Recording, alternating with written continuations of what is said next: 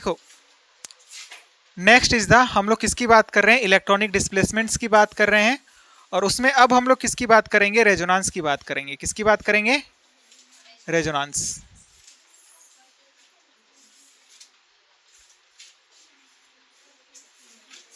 तो सबसे पहले आप लिख लो कि ये कैसा कॉन्सेप्ट है,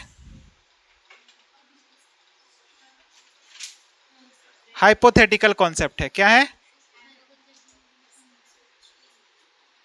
जैसे आप मूवीज देखते हो ना, वहां पर लिखा हुआ रहता है ना, ये काल्पनिक दुनिया है ना, बस वैसा ही है ये भी, ठीक है ना। रेजोनेंस इज द काल्पनिक दुनिया, ठीक है ना।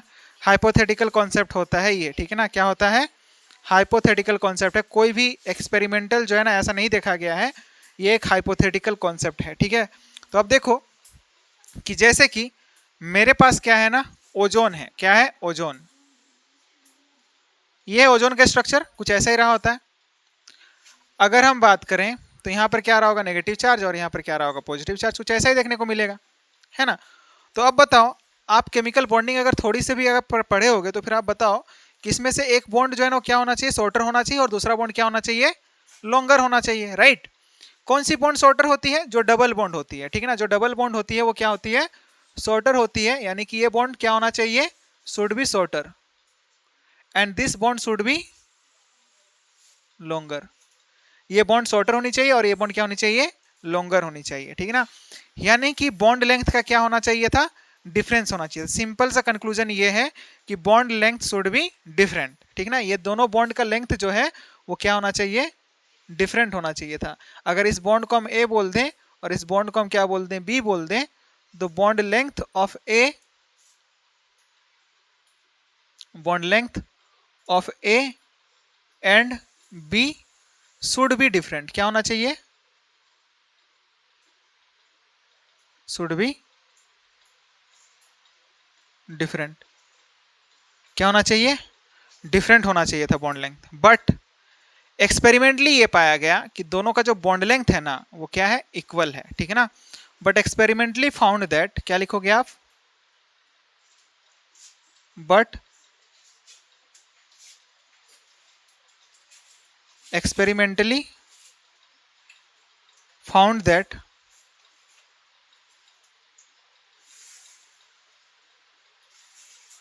कॉन्सेप्ट हाइपोथेटिकल है, ठीक है ना। कॉन्सेप्ट हाइपोथेटिकल है। ये जो बॉन्ड का मेजरमेंट है वो तो हम लोग कर सकते हैं ना एक्सपेरिमेंटली, तो वो उसकी बात कर रहा हूं मैं, यानी कि बॉन्ड के मेजरमेंट की बात कर रहा हूं, ठीक है। But experimentally found that both the bonds are of same length. क्या होना चाहिए, दोनों बॉन्ड का लेंथ क्या होना चाहिए, सेम था, ठीक ना। जब एक्सपेरिमेंटली ऑब्जर्व किया गया तो दोनों का बॉन्ड लेंथ क्या था, सेम था, ठीक है ना। तो मतलब हुआ क्या है, एक्चुअल में हुआ क्या है, मतलब बोल सकते हो कि एक्सपेरिमेंटली ये पाया गया, मतलब क्या है कि दोनों का जो बॉन्ड लेंथ आ रहा था ना वो दोनों का इक्वल आ रहा था। वो हुआ क्या था कि यहाँ पर ऑक्सीजन है, इधर भी क्या है, ऑक्सीजन है, और इधर भी क्या है, ऑक्सीजन लगा हुआ है। दोनों तरफ क्या लगे हुए हैं, ऑक्सीजन लगे हुए हैं, कुछ इस तरीके से लगे हुए हैं ना। तो यहाँ पर क्या हो जाएगा, यहाँ पर क्या आएगा, यहाँ पर पॉजिटिव चार्ज था ना, तो यहाँ पर एक पार्शियल पॉजिटिव चार्ज था, यहाँ पर हमारे पास में पार्शियल नेगेटिव चार्ज था, कुछ इस तरीके से था, है ना। यानी कि और चार्ज कितना आ रहा था, ये नेगेटिव चार्ज का डिस्ट्रीब्यूशन कितने में हो रहा है, देखो एक नेगेटिव चार्ज है, दो एटम में डिस्ट्रीब्यूशन हो रहा है ना। तो हम क्या बोल सकते हैं, इसके पास क्या रहा होगा, plus half, sorry minus half, और यहाँ पर क्या रहा होगा, माइनस हाफ, बोल सकते हैं। ये एक्सपेरिमेंटली ये पाया गया था कि मतलब यही जो है ना वो क्या था, रियल बात थी, यही क्या थी हमारे पास में, रियल बात थी, या फिर रियल स्ट्रक्चर था आप बोल सकते हो। तो ऐसा क्या हुआ कि ऐसा आपको देखने को मिल रहा है, ठीक ना। यानी कि व्हाट एक्चुअली हैपेंड, यानी कि क्या एक्चुअल में क्या हुआ है यहाँ पर, ठीक ना। तो इसी के लिए हम लोग क्या पढ़ते हैं, मतलब बोल सकते हो क्या, व्हाट एक्चुअली हैपेंड, क्या हुआ, इसमें हुआ क्या है, ठीक ना। तो इसमें क्या हुआ, रेजोनेंस हुआ, क्या है इसमें, रेजोनेंस हुआ है। अगर हम बात करें ना सबसे पहले ओल्ड डेफिनेशन की, क्या, old definition,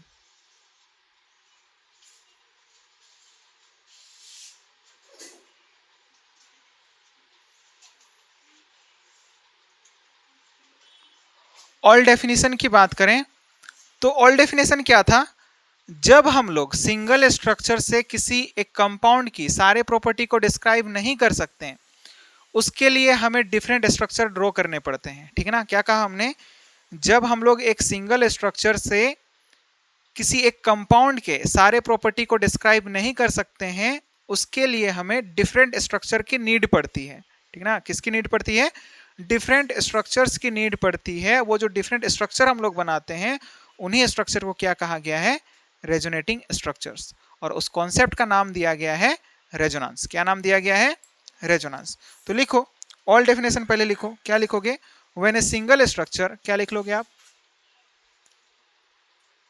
when a single structure, जब क्या कहा हमने, जब एक single structure can not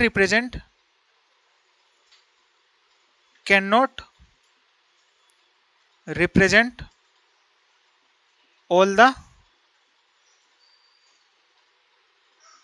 properties of molecule, then तब जो है more than one structures, then more than one structure, तब क्या होता है, एक से ज्यादा स्ट्रक्चर यूज किए जाते हैं। More than one structures are used to explain, are used to explain all the properties, all the properties। तब क्या होता है, एक से ज्यादा स्ट्रक्चर का यूज किया जाता है सारे प्रॉपर्टी को क्या करने के लिए, डिस्क्राइब करने के लिए। जब क्या कहा हमने, सिंगल स्ट्रक्चर जो है वो कैन नॉट रिप्रेजेंट, मतलब वो सारे प्रॉपर्टीज को रिप्रेजेंट नहीं कर पाता है, तब क्या करते हैं हम लोग, उसके एक से ज़्यादा स्ट्रक्चर बनाने होते हैं, या फिर मतलब बनाने पड़ते हैं, या फिर उसके एक से ज़्यादा स्ट्रक्चर का यूज करते हैं हम लोग सारे प्रॉपर्टीज को एक्सप्लेन करने के लिए, ठीक है ना। Is known as resonating structure. उसको हम लोग क्या बोलते हैं, उन स्ट्रक्चर्स को हम लोग बोलते हैं नॉन एज रेजोनेटिंग स्ट्रक्चर। उनको हम लोग क्या बोलते हैं, रेजोनेटिंग स्ट्रक्चर बोलते हैं।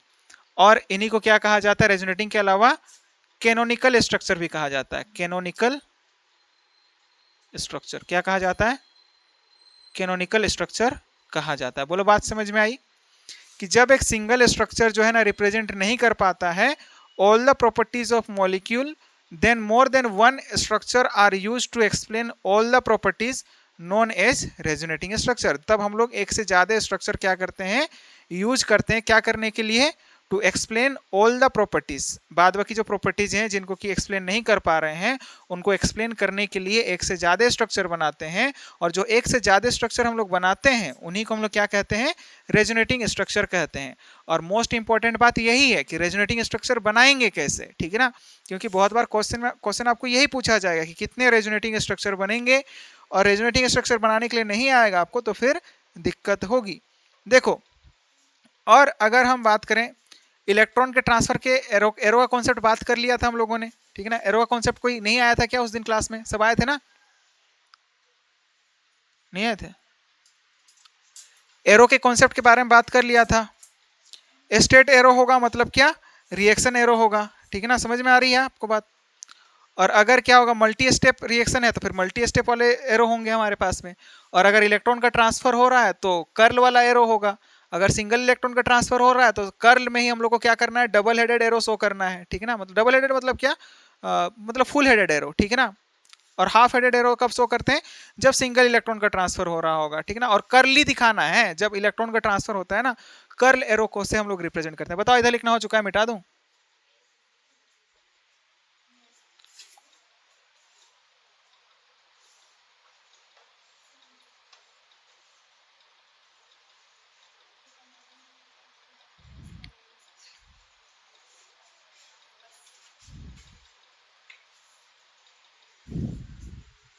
थोड़ा सा देख लो, अगर भूल गए हो ना तो उस चीज को थोड़ी सी देख लो, साइड में देख लो कि क्या बात थी, ठीक है ना। किस बारे में बात कर रहे हैं हम, कॉन्सेप्ट ऑफ एरो के बारे में, वैसे ऑलरेडी डिस्कस कर लिया है, ठीक है ना। ये एक बात थी ना ये,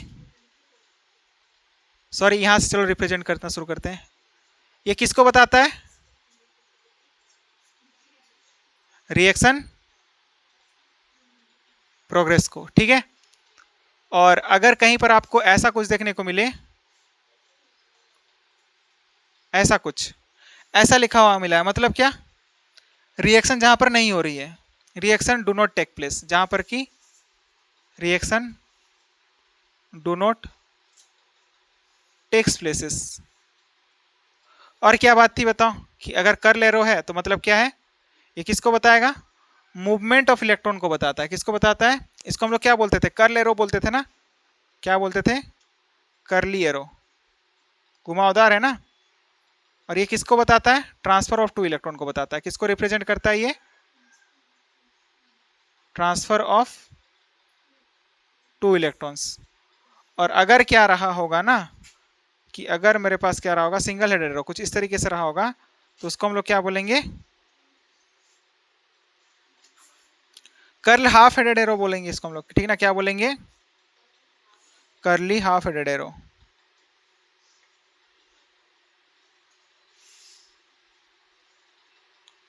या फिर हुक एरो भी इसको बोलते थे। क्या बोलते थे?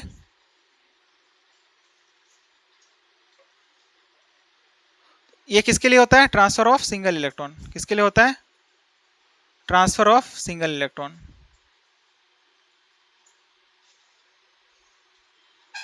बोलो, बात समझ में आई? ट्रांसफर ऑफ सिंगल इलेक्ट्रॉन, ठीक है ना। अब देखो आगे, टू, दो इलेक्ट्रॉन, दो इलेक्ट्रॉन। यहाँ पर हाफ नहीं, फुल है ना, फुल हेडेड एरो है। यहाँ पर यह है हाफ हेडेड एरो। तो वहां पर हम लोग के पास में ट्रांसफर ऑफ सिंगल इलेक्ट्रॉन, एक इलेक्ट्रॉन का जब ट्रांसफर होगा, ठीक है। बोलो, बात समझ में आ रही है?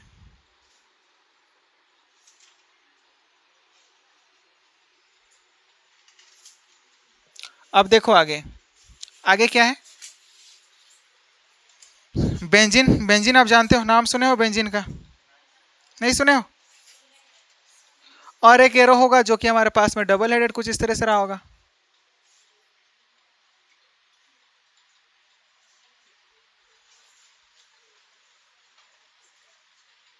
ये कब रिप्रेजेंट करेंगे?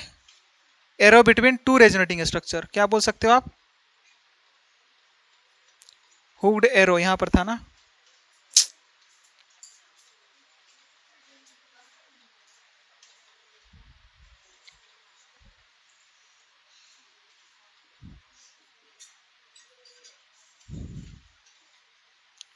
रेजोनेटिंग स्ट्रक्चर के बीच में लगाया जाता है ये, ठीक है। बोलो, बात समझ में आ रही है? नहीं है?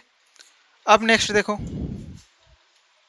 हम क्या बोले कि रेजोनेंस क्या है? एक हाइपोथेटिकल कॉन्सेप्ट है, राइट। रेजोनेंस कैसा कॉन्सेप्ट है? हाइपोथेटिकल कॉन्सेप्ट है। और एक बात कि डिफरेंस अगर करना चाहेंगे ना, एक होता है हमारे पास में डीलोकलाइज्ड और एक होता है लोकलाइज्ड पाई बॉन्ड, उसकी भी बात कर लेते हैं। डीलोकलाइज्ड और लोकलाइज्ड का कॉन्सेप्ट आपको समझ में आ जाएगा। देखो, अभी हम लोग जब रेजोनेंस की कंप्लीट बात कर लेंगे ना, डीलोकलाइज्ड मतलब जो मूवमेंट कर सकता है, और लोकलाइज्ड मतलब लोक, लोक है ना, मतलब एक जगह पर रहेगा वो, ठीक है ना, मतलब एक ही जगह पर जो रहा होगा, उसको हम लोग बोलेंगे लोकलाइज्ड इलेक्ट्रॉन पेयर। और जो हम लोग के पास मूवमेंट कर सकता है उसको हम लोग क्या बोलेंगे? Delocalised lone pair, right. तो लिखो, difference between localised and delocalised lone pair. लिख लो, सबसे पहले आप देख लो, डिफरेंस बिटवीन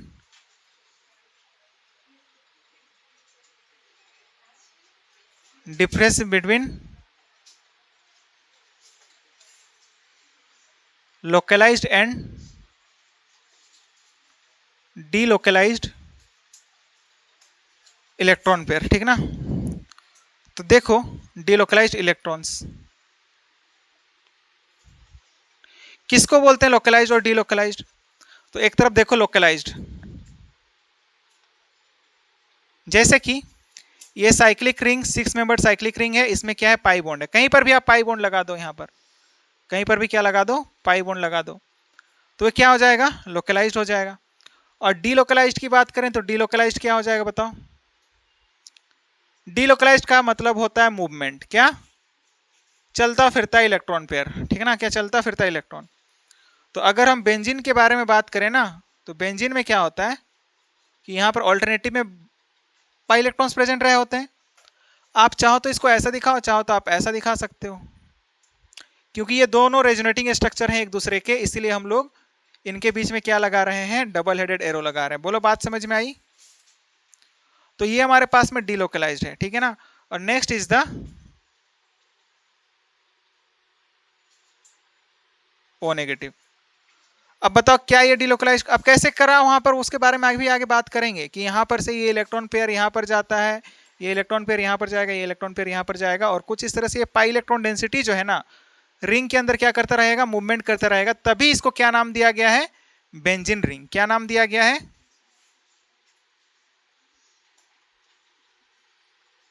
बेंजीन रिंग। बोलो बात समझ में आई। नेक्स्ट क्या है हमारे पास में, जैसे कि अगर हम बात करें, ये वाला एग्जांपल है और दूसरा वाला एग्जांपल क्या ले लिया हमने, बेंजीन रिंग के साथ में O माइनस जोड़ दिया। क्या जोड़ दिया, बेंजीन रिंग के साथ में O माइनस जोड़ दिया, ठीक है। तो होगा क्या, ये नेगेटिव चार्ज का इलेक्ट्रॉन यहां पर आता है, ये वाला यहां पर जाएगा, मतलब क्या करेगा, फिर यहां पर से फिर यहां पर आएगा, फिर ये वाला पाई बॉन्ड इधर की ओर मूव करेगा। कुछ इस तरह से मूवमेंट चलते रहेगा रिंग में, क्या करते रहेगा, मूवमेंट करते रहेगा। और इस वजह से ये भी क्या है हमारे पास में, ये वाले जो इलेक्ट्रॉन है वो क्या है, डीलोकलाइज्ड है। क्या है, डीलोकलाइज्ड, ठीक ना। जबकि यहां पर ये वाला इलेक्ट्रॉन क्या है, लोकलाइज्ड है। These are the localised electron pairs, ठीक ना। ये क्या है, localised, these are the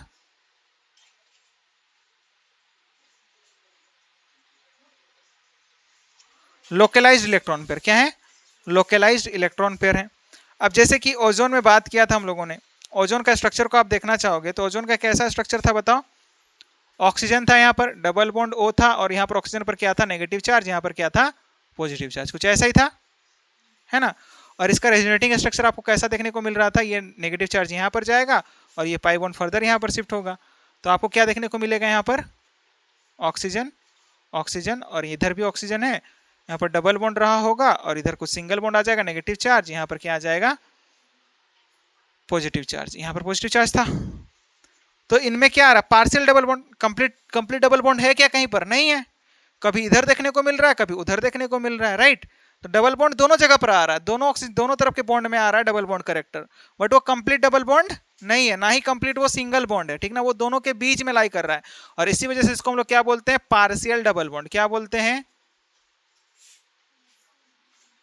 partial double bond, just like this. आप इसी को हम लोग क्या बोलते हैं, रेजोनेंस हाइब्रिड। यहाँ पर क्या था, प्लस चार्ज था, नेगेटिव चार्ज दोनों में डिवाइडेड हो रहा था, तो फिर माइनस हाफ, और यहाँ पर क्या रहा होगा, माइनस हाफ। ये क्या था, ये भी हमारे पास में 50% रहा होगा, तो ये भी फोर्स और बात है कि कितना रहा होगा, 50% रहा होगा। तो ये क्या था, ओजोन का स्ट्रक्चर था, और इसको ही हम लोग, इनको हम लोग क्या बोल रहे हैं, रेजोनेटिंग स्ट्रक्चर। क्या बोल रहे हैं, रेजोनेटिंग या फिर कैनोनिकल स्ट्रक्चर, रेजोनेटिंग स्ट्रक्चर और क्या है, कैनोनिकल स्ट्रक्चर। अब बताओ, सिर्फ इस वाले स्ट्रक्चर से देख करके ये बात बोल सकते थे कि यहाँ पर पाई बॉन्ड करेक्टर आ रहा है, ये कंप्लीट सिंगल बॉन्ड आ रहा है, नहीं बोल सकते थे ना। इसके लिए हमको ये स्ट्रक्चर ड्रॉ करना जरूरी था, है ना। तो मोर देन वन स्ट्रक्चर की नीड पड़ रही है हमें प्रॉपर्टीज को मतलब रिप्रेजेंट करने के लिए, फिर एक्सप्लेन करने के लिए। तो अब बताओ कि इसको हम लोग क्या बोलते हैं, इसको हम लोग बोलते हैं रेजोनेंस हाइब्रिड। क्या बोलते हैं, रेजोनेंस हाइब्रिड बोलते हैं। क्या बोलते हैं, रेजोनेंस हाइब्रिड। बोलो बात क्लियर है। अब देखो आगे हम लोग बात करते हैं, अब किसके बारे में, थोड़ा सा बेंजीन के बारे में बात कर लेते हैं, ठीक ना। या फिर कैनोनिकल स्ट्रक्चर को ही कंट्रीब्यूटिंग स्ट्रक्चर कहा जाता है।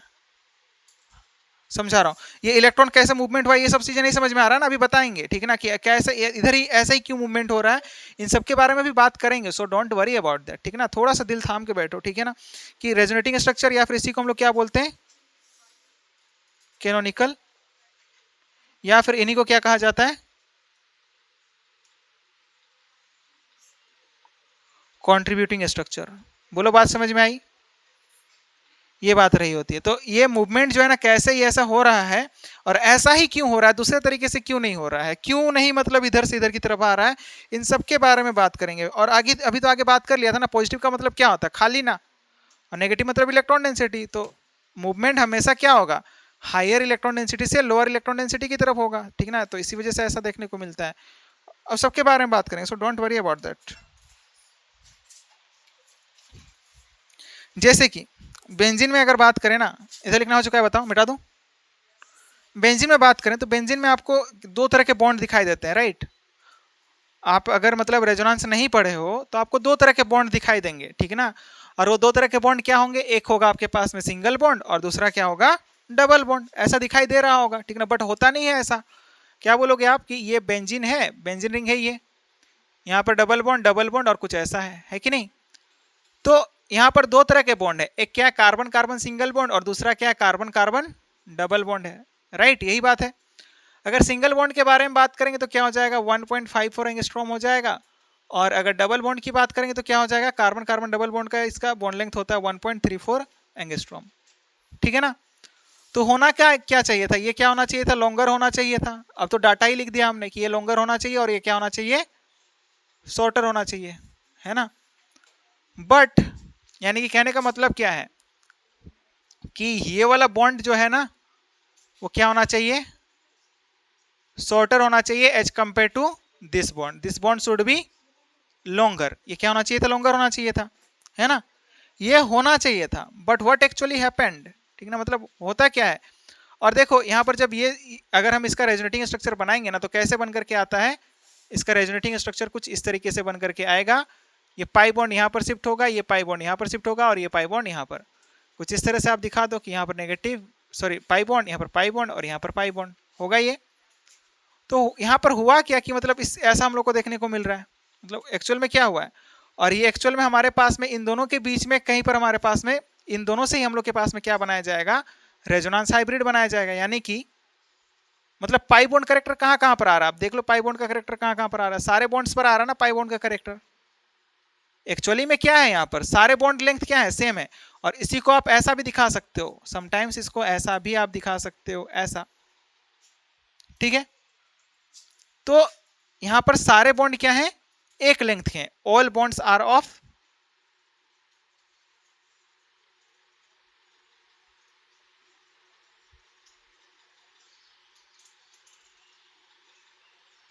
Equal length. सारे बॉन्ड क्या है, इक्वल लेंथ के हैं, ठीक है। बोलो बात समझ में आ रही है।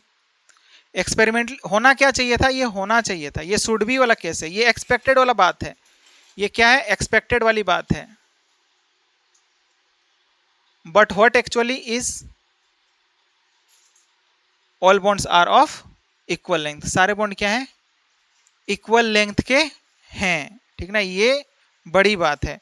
और इक्वल लेंथ के हैं तो किसकी वजह से हैं, रेजोनेंस की वजह से हैं, किसकी वजह से हैं, रेजोनेंस।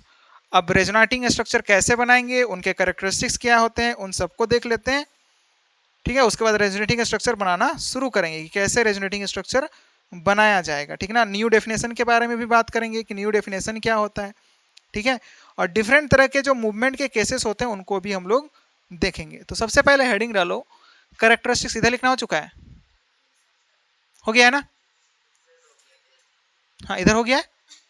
तो लिखो कैरेक्टरिस्टिक्स ऑफ रेजोनेंस, कि कैरेक्टरिस्टिक्स क्या क्या है रेजोनेंस के, what are the characteristics of resonance. First of all resonance resonating structure जो होते हैं ना वो क्या होते हैं, इमेजिनरी होते हैं या फिर हाइपोथेटिकल होते हैं by the delocalisation of pi electron, ठीक ना। इलेक्ट्रॉन के पाई इलेक्ट्रॉन या फिर इलेक्ट्रॉन के डिलोकलाइजेशन की वजह से ये ऑब्जर्व होते हैं, ठीक ना। तो लिखो हेडिंग डालो कैरेक्टरिस्टिक्स ऑफ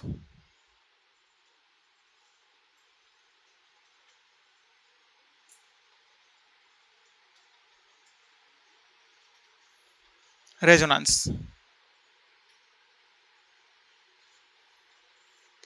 रेजोनेंस का कैरेक्टरिस्टिक्स क्या क्या था, ठीक ना। तो फर्स्ट नंबर पर क्या है, रेजोनेटिंग स्ट्रक्चर्स आर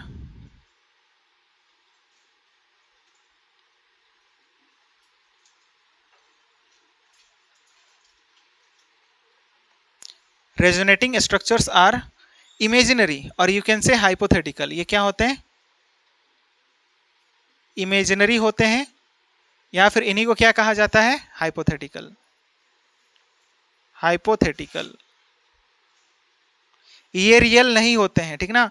और ये कैसे ऑब्टेंड किए जाते हैं, obtained by the delocalisation of electron which are obtained by the resonating structure are hypothetical and obtained by the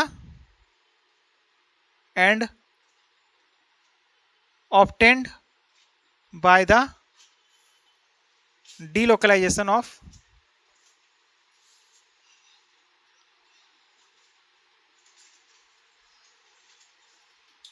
pi electron, ठीक है ना, या फिर इलेक्ट्रॉन, सिंपली यू कैन से इलेक्ट्रॉन, ठीक है ना, इलेक्ट्रॉन के डीलोकलाइजेशन। डीलोकलाइजेशन का मतलब क्या होता है? मूवमेंट। क्या? मूवमेंट। मूवमेंट ऑफ इलेक्ट्रॉन की वजह से हम लोग को, और मूवमेंट कैसा होगा कैसा नहीं होगा अभी बात करेंगे आगे, ठीक ना, कि मूवमेंट किस तरफ से कैसे होगा, ठीक ना, किधर से किधर की ओर होगा, ऐसा ही क्यों होगा, वैसा क्यों नहीं होगा, ठीक ना, सबके बारे में बात करेंगे। So don't worry about that. Next is the resonance hybrid is real. Resonating structure जो होता है, जैसे कि अगर हम बात करेंगे, ये दोनों क्या है? रेजोनेटिंग स्ट्रक्चर है। These are the resonating structure, but this one is the resonance hybrid. ये क्या है? रेजोनेंस हाइब्रिड है। और ये किन से फॉर्म हुआ है? इनसे ही फॉर्म हुआ है ना। पाई बॉन्ड कैरेक्टर कहाँ कहाँ पर आ रहा है उसी को देखते हुए तो हम यहाँ पर पाई बॉन्ड कैरेक्टर को दिखाए हैं, है कि नहीं? तो आप क्या बोलोगे? Resonance hybrid is real.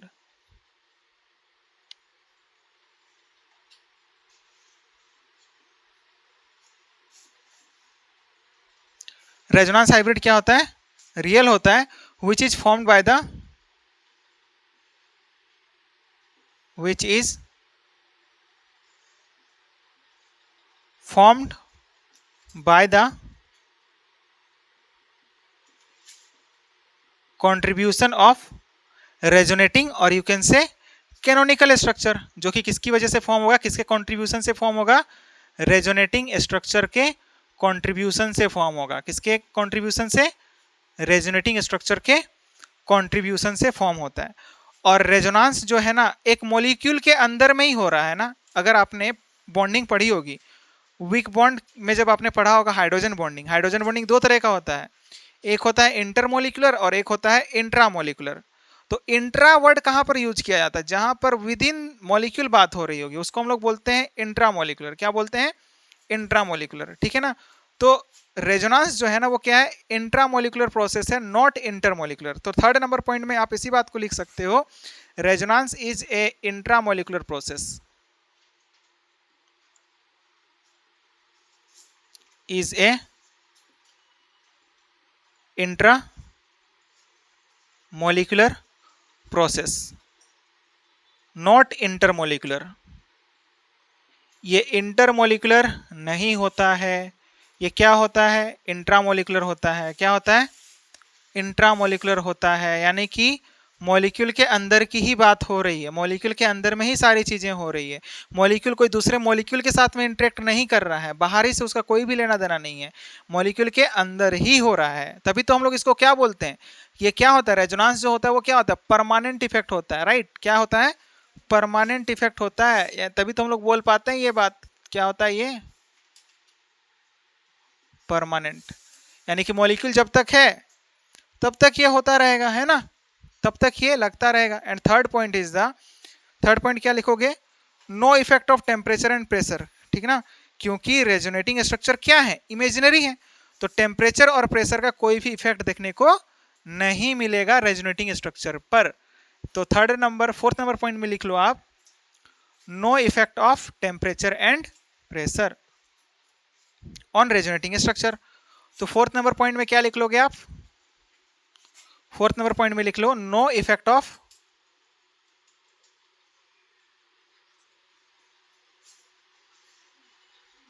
Temperature and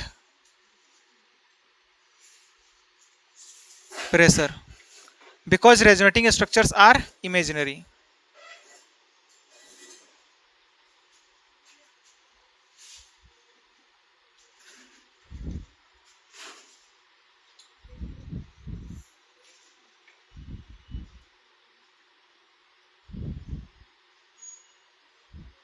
because resonating structures क्या होते हैं?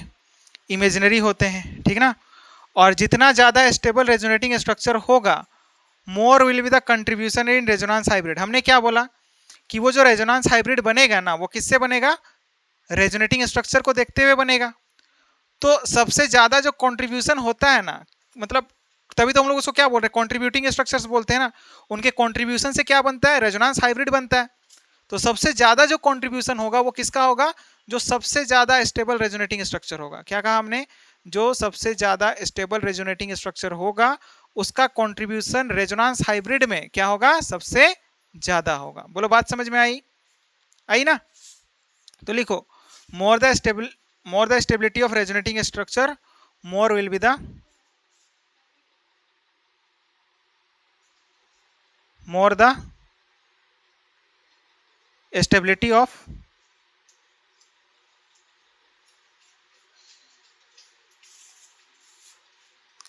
resonating structure,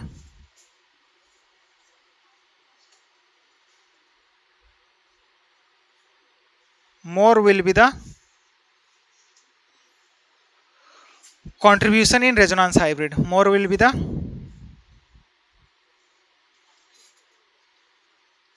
contribution in resonance hybrid, उतना ही ज्यादा क्या होगा, रेजोनेंस हाइब्रिड में कंट्रीब्यूशन होगा। ये बात आपको समझना होगा कि हाइब्रिड में कंट्रीब्यूशन उसका ज्यादा होगा जिसकी स्टेबिलिटी ज्यादा होगी। अब किसकी स्टेबिलिटी ज्यादा होगी उसके पहले तो हम लोग को ये सीखना होगा कि रेजोनेटिंग स्ट्रक्चर बनाते कैसे हैं, उनमें से फिर हमको स्टेबल कौन सा है वो फिर आइडेंटिफाई करना है, तो वो हम लोग को पहले स्ट्रक्चर बनाना पड़ेगा, ठीक है ना। तो हम लोग सीखेंगे पहले, उसके बाद हम लोग डिस्कस करेंगे स्टेबिलिटी ऑर्डर को। 6 नंबर पर लिखो कि पोजीशन ऑफ एटम जो होता है ना वो चेंज नहीं होता। क्या आपने रेजोनेटिंग स्ट्रक्चर बनाया तो पोजीशन ऑफ एटम चेंज हो रहा था क्या, नहीं हो रहा था। तो आप क्या लिखोगे 6 नंबर पॉइंट में, क्या लिखोगे, positions of atoms can not change, कि जो पोजीशन होगा ना एटम्स का वो चेंज नहीं होगा। That is all resonating structure must have the same arrangement of atomic nuclei, यानी कि एटॉमिक न्यूक्लियाई का अरेंजमेंट क्या होना चाहिए, सेम होना चाहिए। तो आप लिख लो दैट इज अरेंजमेंट ऑफ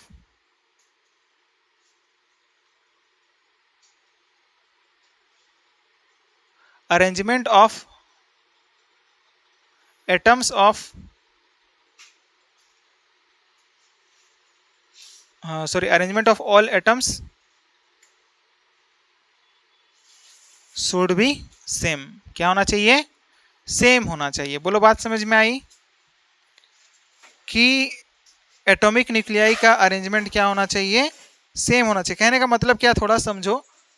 देखो इधर लिखना हो चुका है, बताओ मिटा दूं, हाँ नहीं हुआ है।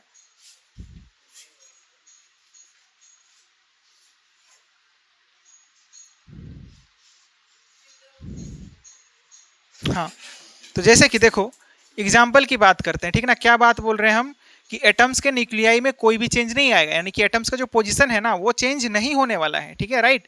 तो आप देखो कि एटम्स का पोजीशन चेंज नहीं होना चाहिए, ठीक। जैसे कि क्या है यहाँ पर CH3 है, CH3 ऑक्सीजन और फिर यहाँ पर नाइट्रोजन, डबल बॉन्ड ऑक्सीजन, कुछ ऐसा है। अब हम इसका रेजोनेटिंग स्ट्रक्चर कुछ बोलें कि ये इसका रेजोनेटिंग स्ट्रक्चर हो सकता है क्या, नाइट्रोजन है, डबल बॉन्ड O है और यहाँ पर ऑक्सीजन है, ऐसा कुछ है। ऑक्सीजन पर नेगेटिव चार्ज, इस पर क्या पॉजिटिव चार्ज। क्या ये दोनों रेजोनेटिंग स्ट्रक्चर हो सकते हैं क्या, नहीं हो सकते हैं। क्यों, एटम्स का पोजीशन ही चेंज हो गया है। यहाँ पर ऑक्सीजन के थ्रू कार्बन से जुड़ा हुआ था, यहाँ पर नाइट्रोजन के थ्रू ऑक्सीजन से जुड़ा हुआ है, सॉरी कार्बन से जुड़ा हुआ है, नाइट्रोजन के थ्रू कार्बन से जुड़ा हुआ है, यहाँ पर ऑक्सीजन के थ्रू कार्बन से जुड़ा हुआ था। तो एटम का पोजीशन क्या हो गया, चेंज हो गया। हमने क्या बोला, चेंज नहीं होना चाहिए। तो this can never be resonating structure, ये रेजोनेटिंग स्ट्रक्चर नहीं हो सकते क्योंकि एटम्स का पोजीशन चेंज नहीं होना चाहिए। यहाँ पर एटम्स का पोजीशन ही क्या हो चुका है, चेंज हो चुका है। नेक्स्ट एग्जांपल की बात करें, जैसे कि CH3 है, C डबल बॉन्ड O है और यहाँ पर क्या है CH3 है। अब हम क्या बोले ना कि इसका रेजोनेटिंग स्ट्रक्चर ये है या नहीं। हम आपसे पूछ रहे हैं कि ये रेजोनेटिंग स्ट्रक्चर है या नहीं, एक दूसरे के रेजोनेटिंग स्ट्रक्चर, आपको ये बताना है। तो बताओ क्या ये एक दूसरे के रेजोनेटिंग स्ट्रक्चर है क्या, जी नहीं, बिल्कुल भी नहीं है, है क्या। यहाँ पर ऑक्सीजन से एक मतलब यहाँ पर हाइड्रोजन का पोजीशन ही चेंज हो गया ना, यहाँ पर ये हाइड्रोजन जो था वो यहाँ पर चला गया है कि नहीं। ये टोटोमेरिज्म जब बात करेंगे ना तब हम लोग पढ़ेंगे, ठीक है ना। आइसोमेरिज्म की जब बात करेंगे तब हम लोग पढ़ेंगे कीटोइनोल टोटोमेरिज्म जो, तो वो रहा होता है यहाँ पर। तो यहाँ पर ये रेजोनेटिंग स्ट्रक्चर्स नहीं है क्योंकि एटम्स का पोजीशन ही क्या हो चुका है, चेंज हो चुका है, जो कि होना ही नहीं चाहिए। अरेंजमेंट ऑफ एटम्स चेंज नहीं होने चाहिए। दूसरी सॉरी, और सातवीं बात क्या है, 7 नंबर करेक्टरिस्टिक्स क्या है कि जो रेजोनेटिंग स्ट्रक्चर है ना, उनके पास में सेम नंबर ऑफ पेयर्ड और अनपेयर्ड इलेक्ट्रॉन होने चाहिए। क्या कहा हमने कि जितने अनपेयर्ड इलेक्ट्रॉन है ना, सारे एटम्स में अनपेयर्ड और पेयर्ड इलेक्ट्रॉन क्या होने चाहिए, सेम होने चाहिए, ठीक ना। Must have same number of paired and unpaired electrons. The resonating structures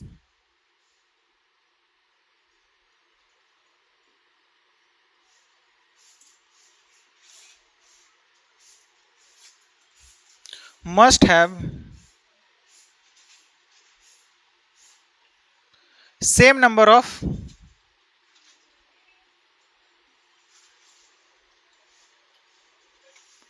paired and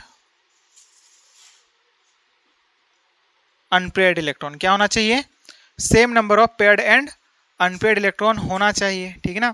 जैसे कि अगर हम एग्जांपल के तौर पर बात करें, CH2 डबल बॉन्ड CH और इधर क्या है, CH2 है, ऐसा ही कुछ है। और यहाँ पर क्या है, एक फ्री रेडिकल है। लेट सपोज कि अगर हम बात करें कि यहाँ पर एक इलेक्ट्रॉन ऐसा कुछ आएगा, एक इलेक्ट्रॉन है ना, और एक इलेक्ट्रॉन से मूवमेंट कुछ इस तरह से इधर की ओर जाएगा। अब ऐसा ही मूवमेंट क्यों हो रहा है, क्योंकि एक इलेक्ट्रॉन का ट्रांसफर हो रहा है ना, एक इलेक्ट्रॉन का मूवमेंट हो रहा है, इसीलिए हम लोग क्या दिखा रहे हैं, हुक एरो दिखा रहे हैं। तो एक इलेक्ट्रॉन फोर्स की ओर बात है कि इधर की ओर जाएगा, है ना, फ्री रेडिकल में। तो अब देखो इसका स्ट्रक्चर अगर हम बनाना चाहेंगे तो कुछ इस तरह से बन सकता है कि CH2 और फिर यहाँ पर CH और यहाँ पर क्या हो जाएगा, CH2, यहाँ पर रेडिकल, यहाँ पर रेडिकल, यहाँ पर रेडिकल, ठीक है ना, ऐसा कुछ है।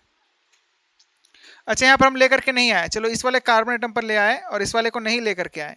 ऐसा काम किए कि इस वाले को तो हमने यहाँ पर दे दिया और इस वाले को बट यहीं पर रहने दिया। तो अनपेड इलेक्ट्रॉन इसमें कितना है बताओ। ये जो फ्री रेडिकल होता है ना, वो क्या होता है, अनपेड इलेक्ट्रॉन ही होता है। क्या होता है, अनपेड इलेक्ट्रॉन। फ्री रेडिकल वाला इलेक्ट्रॉन क्या होता है, अनपेड इलेक्ट्रॉन। तो अनपेड इलेक्ट्रॉन इसमें कितना हो गया बताओ, कितना हो गया, 1। और वहां पर कितना unpaired electron,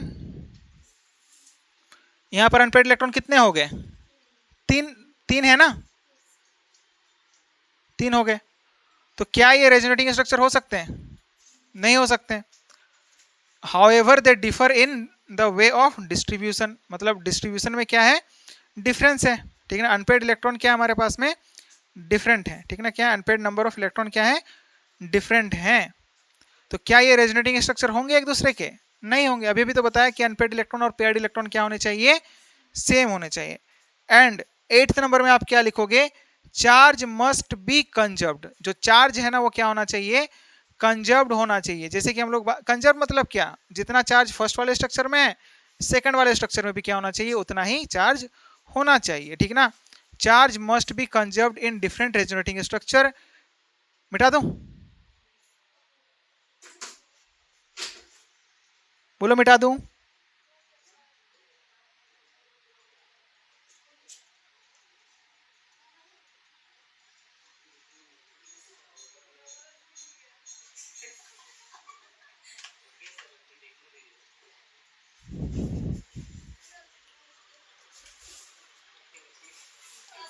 next is the charge must be conserved in different resonating structure.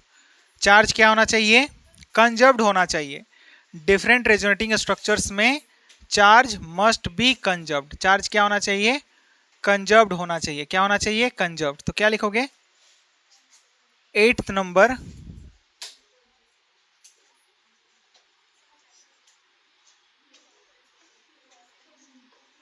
Charge must be conserved. क्या होना चाहिए, कंजर्व्ड होना चाहिए in different resonating structure, in different resonating structure के डिफरेंट रेजोनेटिंग स्ट्रक्चर में चार्ज क्या होना चाहिए, कंजर्व्ड होना चाहिए। And total number of electron should be same in different structure, ठीक है ना। And total number of electrons must be same in different structures.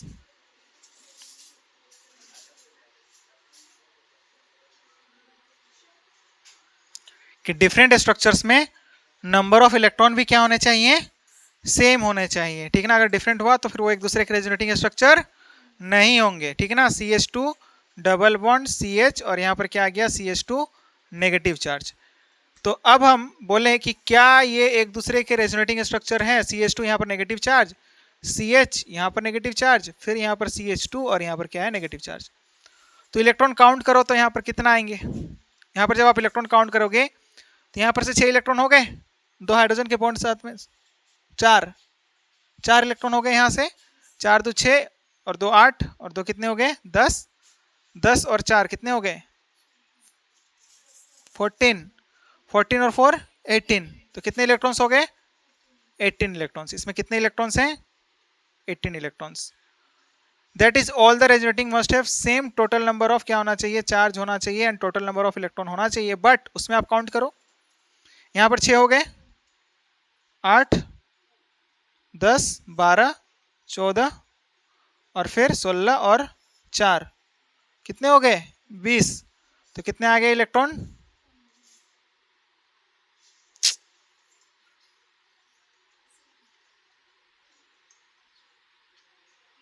कितने हैं 20, राइट। नेक्स्ट नंबर आप क्या लिख लोगे 9th नंबर पर, रेजोनेटिंग स्ट्रक्चर किससे रिप्रेजेंट किए जाते हैं, डबल हेडेड एरो से। तो आप लिख दो, आप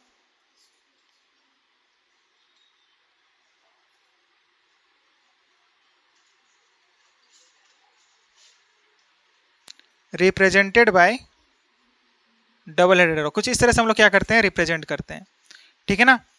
और एनर्जी जो है वेरियस रेजोनेटिंग स्ट्रक्चर का वो क्या आता है हमारे पास में, सेम आता है या फिर नियरली सेम होगा, सेम होगा या फिर नियरली सेम होगा। जो स्ट्रक्चर्स के एनर्जीज है ना, द एनर्जीज ऑफ वेरियस क्या लिख लोगे,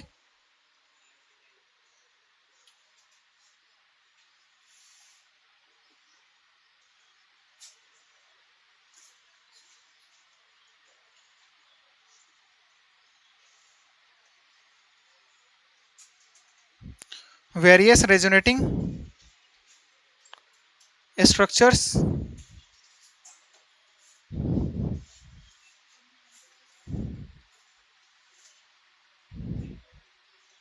आर सेम और the energies of various resonating structures are same और नियरली सेम। सेम होना चाहिए या फिर क्या होना चाहिए, नियरली सेम होना चाहिए, ठीक है। क्लियर है बात, कोई दिक्कत इसमें नहीं ना।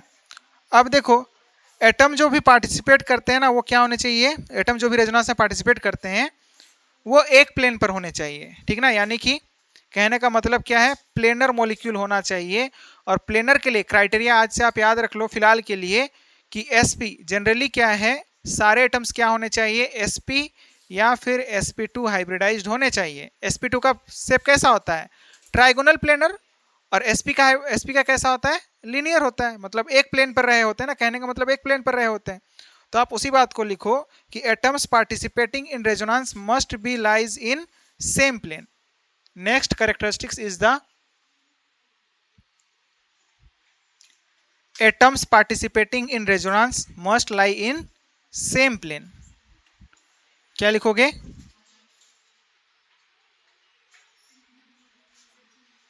atoms participating in resonance must be in same plane।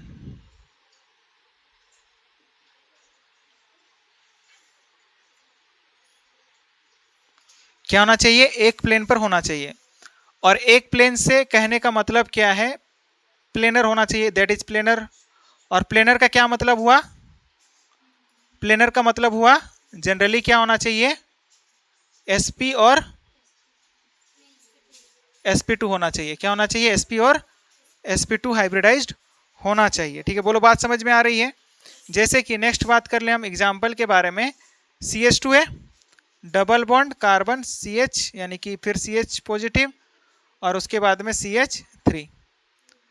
तो रेजोनेंस कहाँ तक होगा, रेजोनेंस यहीं तक होगा, ठीक ना, यहीं तक होगा, क्योंकि ये वाला कार्बन क्या है, sp3 हाइब्रिडाइज्ड है, तो ये क्या है, नॉन प्लेनर है, क्या है, नॉन प्लेनर है। और ये सब सारे के सारे क्या है, sp2 हाइब्रिडाइज्ड हैं, क्या है, sp2 हाइब्रिडाइज्ड हैं, ठीक है ना। तो इस वजह से यहाँ पर आपको रेजोनेंस देखने को मिलेगा, ठीक है, यहाँ तक ही देखने को मिलेगा।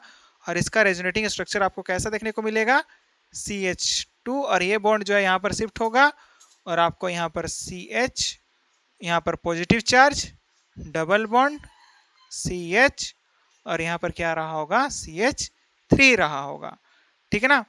And next, this one is very very important. क्या क्या इंपॉर्टेंट है कि अगर कहीं पर कोई वायलेट कर रहा है ऑक्टेट रूल को, that is the fundamental rule of bonding, कोई भी फंडामेंटल रूल ऑफ बॉन्डिंग को वायलेट करेगा या फिर उस रूल को ओबे नहीं करेगा, तो वहां पर रेजोनेंस नहीं होगा, ठीक है। तो लिखो, if any of the resonating structure, if any of resonating structure, अगर कोई भी रेजोनेटिंग स्ट्रक्चर जो है वायलेट करता है, वायलेट मतलब क्या, हाँ, जो मतलब ओबे नहीं करेगा बोल सकते हो, ठीक है ना, रूल को ओबे नहीं करेगा, वायलेटिंग द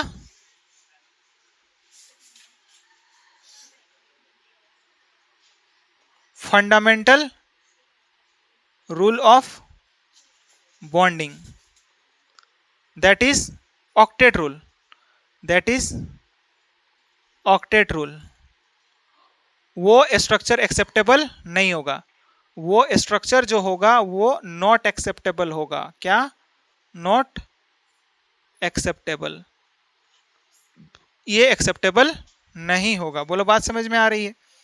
जैसे कि अब एग्जाम्पल की बात करते हैं, जैसे कि यहाँ पर रेजोनेंस होगा क्या, बाहर की ओर रेजोनेंस होगा क्या, नहीं होने वाला है। जैसे एग्जाम्पल के तौर पर हम ले लें,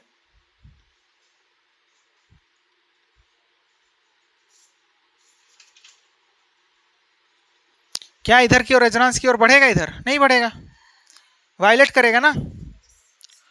अब देखो थोड़ा सा जो है ना ऑर्बिटल डायग्राम देख लो बेंजीन का, ठीक है ना, रेजोनेंस का, बेंजीन का हमारे पास में ऑर्बिटल डायग्राम कैसे रहा होता है, प्लेन पर रहे होंगे, ठीक है ना। इससे पहले भी बताया था जब हम लोग नेमिंग की बात कर रहे थे ना, ऑर्बिटल डायग्राम की बात किए थे रेजोनेंस की, वहां पर तब भी हम लोग ने डिस्कस किया था उस बारे में, ठीक है ना।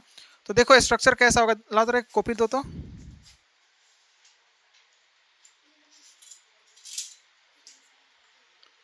हाँ, तो एक प्लेन पर रहेगा, कहने का मतलब क्या है, आप एज्यूम करो कि यहाँ पर क्या है, दो कार्बन के एटम्स हैं, यहाँ पर एक है, यहाँ पर एक है, और यहाँ पर एक है, और यहाँ पर अगेन दो एटम्स हैं, यहाँ पर ऐसे, यहाँ पर दो एटम्स हैं, और यहाँ पर एक एटम्स है, राइट, ऐसा ही बात है। तो प्लेनर होंगे मतलब क्या है कि ये जो पी ऑर्बिटल है ना, कुछ इस तरह से ऐसा ही प्लेन पर, एक प्लेन पर प्रेजेंट होंगे, ताकि पाई इलेक्ट्रॉन का डीलोकलाइजेशन हो पाए, ठीक ना। एक प्लेन पर नहीं होंगे तो पाई इलेक्ट्रॉन का डीलोकलाइजेशन नहीं होगा, यानी कि मूवमेंट जो है वो नहीं हो पाएगा, ठीक है ना। इसीलिए क्या होना चाहिए, प्लेनर होना चाहिए, लिखा है ना वहां पर कि क्या होना चाहिए, प्लेनर होना चाहिए। रेजोनेंस होने के लिए मॉलिक्यूल का क्या होना जरूरी है, प्लेनर होना जरूरी है, क्या होना जरूरी है, प्लेनर होना जरूरी है। तो बेंजीन का हम लोग क्या कर सकते हैं, ऑर्बिटल डायग्राम को ड्रॉ कर सकते हैं। बताओ इधर लिखना हुआ है क्या। तो देखो कि हम क्या बोल रहे हैं, orbital diagram of resonance, resonance के ऑर्बिटल डायग्राम की बात करते हैं, ऑर्बिटल डायग्राम ऑफ रेजोनेंस, ऐसा ही कुछ देखने को मिलता है। अब इसका रेजोनेटिंग स्ट्रक्चर अगर ड्रॉ करना चाहेंगे तो कुछ इस तरीके से दिखाई देगा।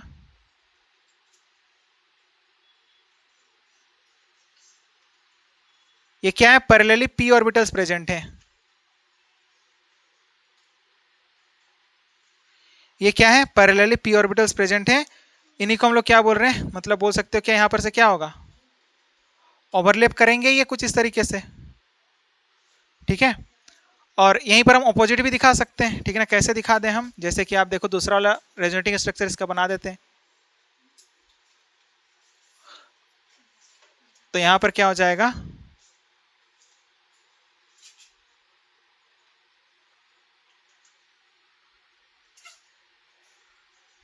ऐसे ही कुछ रहा होगा। तो आपकी बार ओवरलैपिंग आप ऐसा दिखा दो कि यहाँ पर ओवरलैपिंग हो रही है, यहाँ पर इनके बीच में हो रहा है, यहाँ पर इनके बीच में हो रहा है, ठीक है ना। तो इनको ही हम लोग क्या बोलते हैं, रेजोनेटिंग स्ट्रक्चर्स बोलते हैं। क्या बोलते हैं, राइट। या फिर कैनोनिकल स्ट्रक्चर, या फिर बोल सकते हो कंट्रीब्यूटिंग स्ट्रक्चर। ये क्या है, ऑर्बिटल डायग्राम है। ये क्या है, ऑर्बिटल डायग्राम है।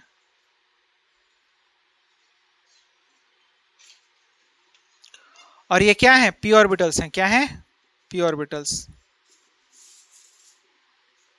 Parallelly present P orbitals, right. यही बात रही होती है किसके लिए, रेजोनेंस के लिए। और कॉन्जुगेशन का मतलब क्या होता है, डबल बॉन्ड। और बोल सकते हो क्या, आगे नेक्स्ट क्लास में हम लोग न्यू डेफिनेशन की जब बात करेंगे, कॉन्जुगेशन की बात करेंगे कि कॉन्जुगेशन किसको कहते हैं, डिलोकलाइजेशन किसको कहते हैं, और डिफरेंट तरह के केसेस जो होते हैं जहाँ पर कि रेजोनेंस हम लोग को देखने को मिलता है, उन सब की बात करेंगे। रेजोनेटिंग स्ट्रक्चर ड्रॉ करना सीखेंगे। सो नेक्स्ट क्लास आपको एब्सेंट नहीं करना है, ठीक है ना, बाद बाकी काम छोड़ देना है और क्लास आना है, ठीक है ना। अगर रेजोनेटिंग स्ट्रक्चर, क्योंकि ये बहुत ही इंपॉर्टेंट टॉपिक है ऑर्गेनिक केमिस्ट्री के पॉइंट ऑफ व्यू से, ठीक है। तो आपको रेजोनेटिंग स्ट्रक्चर बनाने आने चाहिए, ठीक है ना। तो ठीक है, आज के लिए इतना ही रहने देते हैं, मिलते हैं नेक्स्ट क्लास में जहां पर कि हम लोग आगे डिस्कशन करेंगे, ठीक है। Okay, thank you.